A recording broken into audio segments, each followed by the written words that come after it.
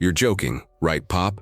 The voice, sharp with the arrogance of youth, cut through the dry desert air. Sergeant Miller, a Marine barely old enough to have a mortgage, smirked at his squad mates. They stood in a loose semicircle on the blistering concrete of the 1,000-yard rifle range, their digital camouflage and state-of-the-art rifles a stark contrast to the man they were watching. Bruce Warren, 83 years old, said nothing. He simply knelt, his movements slow but deliberate, his faded blue jeans and worn red leather jacket looking ancient under the California sun. He ran a hand over the polished wood stock of his rifle, a relic from another era. Its steel was blued, not coated in tactical flat earth, and it wore the honest dings and scratches of a long, hard life. "Sir, with all due respect," Miller continued, stepping forward, his voice dripping with condescension, "this is a live-fire exercise for active-duty personnel. The Reaper's Gauntlet isn't a tourist attraction, and that thing," he gestured to Bruce's rifle, "belongs in a museum, not on my range." Bruce looked up. His eyes, pale blue and webbed with fine lines, were as calm and deep as a winter lake. They held no anger, no defensiveness. They simply observed, taking in the scene with a placid stillness that seemed to unnerve the young Marines more than any angry retort could have. "I was invited," Bruce said, his voice a low, gravelly hum, weathered by time but steady as a rock. The invitation had come from a general back east, a man Bruce had mentored decades ago, as a favor. Bruce was in town visiting his granddaughter, and had simply wanted to smell gunpowder and feel the familiar comfort of a rifle stock against his shoulder one more time.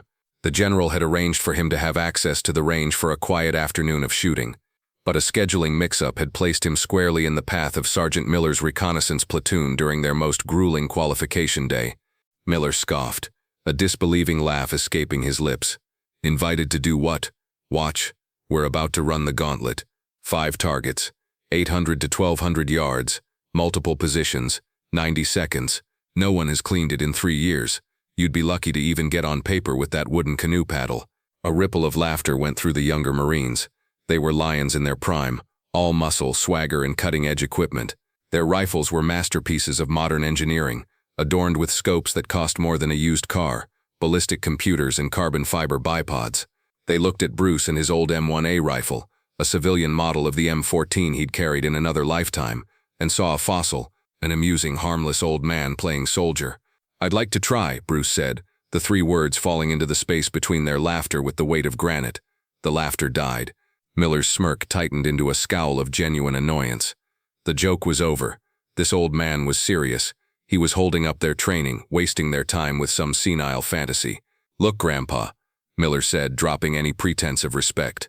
"I don't have time for this. We have a schedule to keep. Pack up your antique and go find the VFW hall. They've probably got bingo starting soon." Another Marine, a corporal with a fresh haircut, chimed in. "Maybe he wants to show us how they did it in the black and white days, Sarge." The taunts washed over Bruce, leaving him unmoved. He continued his setup, his actions a slow, practiced ballet. He pulled a worn leather shooting glove onto his left hand. He laid out a simple canvas mat, not the high-tech padded ones the platoon used. From a pouch on his belt, he produced not a laser rangefinder, but a small dog-eared notebook and a pencil. He checked the wind, not by looking at a digital anemometer, but by watching the shimmer of the heat haze over the distant targets and letting a pinch of dust sift through his fingers. The Marines watched, their amusement turning to a kind of fascinated pity. It was like watching a blacksmith try to compete with a 3D printer. The whole process was achingly slow, analog, ancient. "What's he even doing?" one of the younger men whispered. "I think he's doing math," another replied, stifling a laugh. Miller, his patience exhausted, stepped closer. His shadow fell over Bruce. "All right, that's it. I'm the range safety officer for this detail, and I'm calling this. It's a safety hazard. You're not qualified. Your weapon is not approved. Your time is up." Bruce paused in his calculations and looked up at the sergeant. For the first time, a flicker of something other than placid calm entered his eyes. It was a deep, profound weariness, the look of a man who had seen generations of young, arrogant men just like this one. "Son," Bruce said, his voice still quiet but now carrying an edge of cold steel. "I was qualifying on rifles like this before your father was born. I'm cleared to be here. Now are you going to let me shoot, or do I have to make a phone call?" The direct challenge hung in the air. Miller's face flushed red. He was being called out by a civilian, an old man in front of his men. His authority was being questioned. It was an intolerable breach of the hierarchy that defined his entire world. He was about to unleash a tirade, to physically escort the old man from the firing line, when a new voice cut in. "Let him shoot, Sergeant." Everyone turned. Standing by the range tower was Gunnery Sergeant Davis, the permanent range master. Davis was a lifer, a man whose face was a roadmap of deployments and hard sun. He'd seen thousands of Marines come and go. He'd been watching the entire exchange with a stony expression. Miller snapped to a semblance of attention. "Gunny, he's not qualified, and his gear is—" "I'll sign for him," Davis said, his voice leaving no room for argument. "The range is cold. Give him 192nd run. Then you can have your range back. Consider it a history lesson." Miller's jaw worked, but he knew better than to argue with Gunny Davis. He shot a venomous glare at Bruce. "Fine. 1 run. Let's see what you've got, old-timer. The clock starts when you're ready." Bruce gave a single slow nod to Davis. He didn't look at Miller again. He turned his attention back to his rifle. He lay down on the mat, the canvas crinkling under his weight. As he settled the rifle into the pocket of his shoulder, his thumb brushed against a deep, crescent-shaped gouge in the walnut stock, just below the receiver. The blistering heat of the California range faded, replaced by the damp, suffocating heat of a jungle. The air was thick with the smell of mud, rot, and fear. Rain ticked down on broad green leaves. He was 20 years old again, huddled in a muddy foxhole. Next to him, a man whose face was already old at 30. Master Sergeant O'Connell tapped the stock of Bruce's new M14. "Forget all the numbers they taught you in school," O'Connell had whispered, his voice barely audible over the drumming rain. "This piece of wood and steel is a part of you. It breathes when you breathe. You don't aim it, you will it to the target. Feel the wind on your face, in the trees. Listen to it, it'll tell you everything you need to know." A nearby explosion had sent a spray of shrapnel through the air, and a piece had spun past, carving that crescent-shaped scar into his stock. O'Connell had just grinned. "See? Now she's got a story to tell." The memory vanished as quickly as it came. Bruce blinked, the distant targets coming back into focus. He took a slow, deep breath, held it, and let half of it out. The world narrowed to the reticle in his scope, and the shimmering mirage dancing around the first steel plate, 800 yards away. From the observation tower, Gunnery Sergeant Davis watched Bruce settle into position. He'd seen that look before, but not for a very long time. It was a kind of focus so absolute it was almost a trance. He'd seen it in the eyes of the best snipers, the men who could make impossible shots under unimaginable pressure. He looked at the old Men 1A, at the way the old man held it not like a tool but like an extension of his own body. He looked at the sneering faces of the young Recon Marines so confident in their technology and their youth, and he felt a familiar rising anger at their disrespect, followed by a certainty that they were all about to learn something. This wasn't just about some old vet wanting to shoot. Davis had a feeling he was about to witness something far more significant. He pulled his phone from his pocket. He didn't call the officer of the day. He scrolled through his contacts to a number he rarely used. He thumbed the call button and lifted the phone to his ear, his eyes never leaving the old man on the firing line. "Sir, this is Gunnery Sergeant Davis at the long-distance range," he said when the call was answered. "I apologize for calling you directly, but I think you need to get down here, immediately." There was a pause on the other end. "What is it, Gunny?" "There's a civilian on the line. He's about to run the Reaper's gauntlet." "And?" the voice on the other end asked, clearly impatient. Davis took a breath. "Sir, his name is Bruce Warren, and he's shooting a Woodstock M1A." The silence on the other end of the line was suddenly heavy, absolute. Davis knew the name had landed like a thunderclap. He continued, his voice low and urgent. "A squad of recon kids are mocking him, sir. They called him Pop. I think you and the master guns from the sniper school might want to be here to see this, for the sake of their education." The line was quiet for another second, then the voice came back, stripped of all impatience and filled with a stark, stunning urgency. "Keep that range cold. We are on our way. Do not let that man leave." In the office of the base commander, Colonel Matthews stared at the phone in his hand as if it had just electrocuted him. He had hung up on Gunny Davis without another word. Bruce Warren, the name echoed in his mind, a name spoken only in hushed, reverent tones in the hallways of the command building and in the history seminars at Quantico. It was a name synonymous with legend. "Jessica," he barked at his aide. A young captain appeared in the doorway. "Sir, get my vehicle. Now," Matthews commanded, already grabbing his cover from its stand. "And get Master Gunnery Sergeant Thorne on the radio. Tell him to meet me at range 4 on the double. Tell him it's a code white." The captain's eyes widened. Code white wasn't a real military code. It was a private term the colonel and Thorne used. It meant a ghost had appeared, A living legend from the Corps' past was on the base. It had only been used once before, when a Medal of Honor recipient from the Korean War had shown up unannounced at the main gate. Matthews was already at his computer terminal, his fingers flying across the keyboard. He typed in the name, Warren, Bruce T. The file that appeared was almost entirely blacked out with redaction marks, but a few key phrases were visible through the digital ink. First Sergeant, Red Project Delta, So, Bird, KHE Sanesh, Congressional Medal of Honor, Citation Classified, Distinguished Marksman, Record Holder, Paris Island Instructors Course, 1-965, Present. The colonel felt a chill run down his spine despite the office's air conditioning.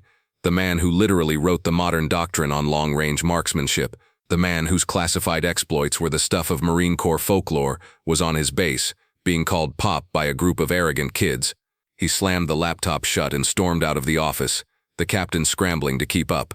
Back on the firing line, Bruce remained oblivious to the storm he had set in motion. He was in his element, a world of breath control, trigger squeeze, and wind calls. He had finished his calculations. He was ready. Clock's ticking, old man, Miller sneered, tapping his foot impatiently. Having been overruled by Gunny Davis, his only recourse was to pile on the psychological pressure. You gonna shoot that thing or just aim it all day? Bruce ignored him. He took one last look at the windsock half a mile downrange, then at the almost imperceptible sway of a thistle near his muzzle. The wind was tricky today, shifting from a 3-mile-per-hour crosswind to a 5 and back again. The computers the young Marines used would struggle with it, but Bruce didn't need a computer. He felt the wind on his skin. He had a lifetime of conversations with it.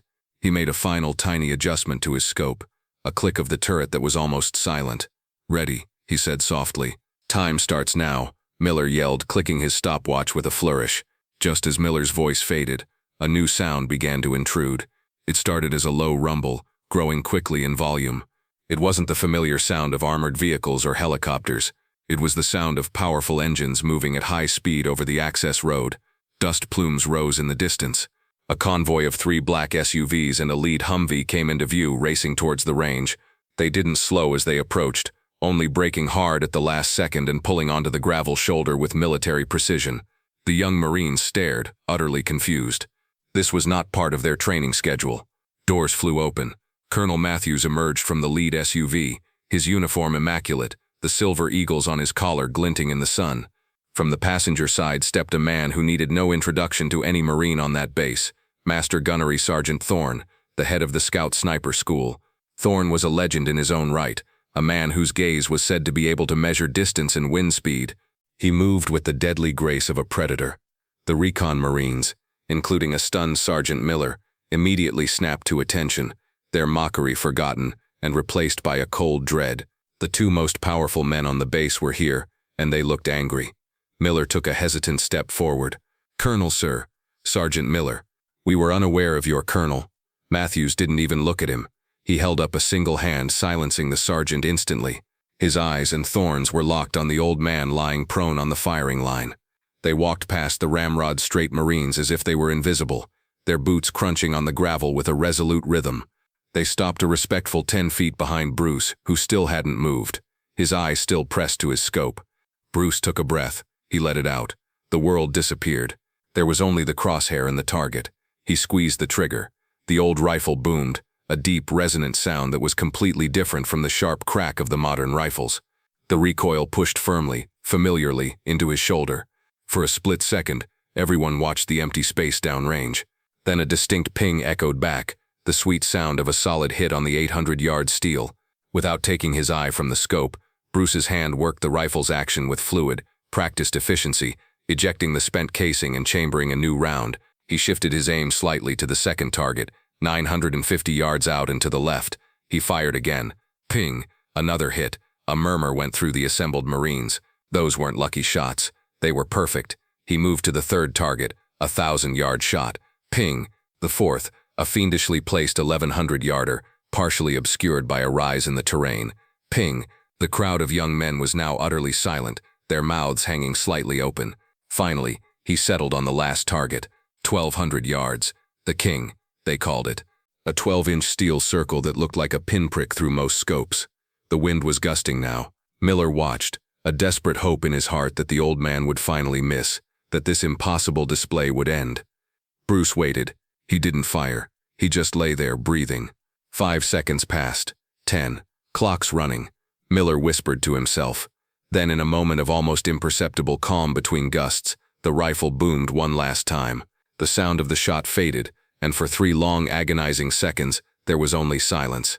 And then, faint but clear, the final beautiful ping came ringing back across the range. 5 shots. 5 targets. A clean run. Bruce calmly cleared his rifle and pushed himself up from the mat, his joints protesting with a quiet groan. He finally turned and saw the colonel and the master gunnery sergeant standing there. He gave them a simple, tired nod. Colonel Matthews took 2 steps forward. He didn't speak. He simply brought his hand up in the sharpest, most profound salute of his life. Master Gunnery Sergeant Thorne, a man not known for displays of emotion, did the same, his salute a perfect, rigid expression of ultimate respect.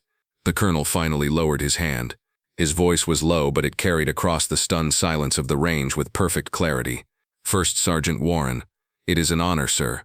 He then turned to face the dumbstruck platoon. "Marines," the colonel's voice was now hard as iron, "you have been complaining that the Reaper's Gauntlet is an impossible standard. The man who just cleaned it on his first try, with iron sights in his youth and a scope today, is the same man who designed it 50 years ago." He let that sink in. The faces of the young Marines went from shock to disbelief to dawning, horrified comprehension. "You are looking at Bruce Warren," the colonel continued, his voice rising with controlled fury. "The man who held the line at Hill 881 for 36 hours with a shattered leg and this very rifle. The man who holds marksmanship records at Paris Island that have stood for half a century. The man whose teachings on reading wind and terrain are the foundation of everything our Scout Sniper School teaches today. You are not worthy to carry his ammunition, let alone speak to him. And you," he locked his gaze onto a pale, sweating Sergeant Miller, called him Pop. Colonel Matthews took a step toward Sergeant Miller, his voice dropping to a menacing whisper. "You stand on the shoulders of giants, Sergeant. You would do well to remember that before you try to knock them down. Your arrogance today has dishonored yourselves in this uniform." Master Gunnery Sergeant Thorne, who had remained silent until now, spoke, his voice like grinding gravel. "You're not fit to clean his rifle, Sergeant." The words were not shouted, they were delivered with a quiet finality that was far more devastating than any yelling could be. Miller looked like he had been physically struck. He could only stand there, his face a mask of shame. All eyes then turned to Bruce. They expected anger, or at least a smug, "I told you so." Instead, the old man walked slowly over to the trembling sergeant. He looked not at the colonel or the master guns, but directly into Miller's eyes. "The rifle doesn't make the Marine, son," Bruce said, his voice gentle again. "The Marine makes the rifle. Pride is a good thing, a necessary thing, but it should be in the Corps, in the brothers who stand next to you, in the men who came before you. When it's only in yourself, it becomes a poison." He reached out and rested his hand on the stock of his M1A, his thumb finding the old crescent-shaped scar. The memory returned, not of rain and fear, but of sun and dust, years after the jungle. A younger Bruce, now an instructor, stood on a range much like this one. He was handing his rifle, the same rifle with the same scar, to a nervous-looking young corporal, a kid with fire in his eyes but uncertainty in his hands. "Remember what I taught you," Bruce had said to the young Marine. "It's not the tool, it's the hand and the eye and the heart. Trust them. The rifle is just there to listen." He had watched as that young corporal went on to become one of the finest marksmen of his generation, a man who would one day become a general and arrange for his old mentor to visit a range in California. The fallout from that day was swift and decisive. Sergeant Miller and his entire squad were not formally disciplined in a way that would mar their records. Instead, Colonel Matthews assigned them to what he called remedial honor training. For the next 2 months, they spent every Saturday not on the range or in the gym, but at the base museum. Their duty was to clean the display cases, polish the plaques, and under the tutelage of the base historian, learn the stories of the men whose artifacts were on display. They were tasked with memorizing the citations for every Medal of Honor recipient from their regiment. A formal, base-wide directive was issued by the colonel mandating a new annual training block for all junior NCOs, focused on the history and heritage of the Corps, with a specific emphasis on the contributions of veterans from past conflicts. About a month later, Sergeant Miller was in the base exchange picking up some groceries. He saw Bruce Warren sitting alone at a small table in the food court, slowly drinking a cup of coffee. Miller's first instinct was to turn and walk away, to avoid the source of his deepest professional humiliation. But the colonel's words and the stories he had been forced to learn in the museum echoed in his head. He took a deep breath, squared his shoulders, and walked over to the table. Bruce looked up as Miller approached, his expression unreadable. "Sir," Miller said, his voice quiet and steady. He stood at a respectful position of attention. "I wanted to apologize for my conduct on the range. There's no excuse for it. I was arrogant, and I was disrespectful to you and to everything you represent. I am truly sorry." Bruce looked at the young Marine for a long moment, seeing past the bravado to the chastened, humbled man beneath. He saw the genuine remorse in his eyes. He gave a slow nod. "Apology accepted, Sergeant." He gestured to the empty chair opposite him. "Sit down. Let me buy you a coffee." Miller, stunned by the simple act of grace, sat down. For the next hour he didn't speak much. He just listened as Bruce Warren, the unassuming hero, talked not of war or medals but of the importance of listening, of learning, and of remembering that the strength of the Marine Corps was a chain forged across generations, a chain that could never be broken by arrogance or time. The story of Bruce Warren is a powerful reminder that heroes walk among us, often in the quietest, most unassuming forms. Their greatness is not always announced with medals and uniforms, but in the steady hands, calm eyes, and profound wisdom they carry. If you were moved by this story of courage and humility, be sure to like this video, subscribe to Veteran Valor for more stories like this, and share it with someone who needs to hear it.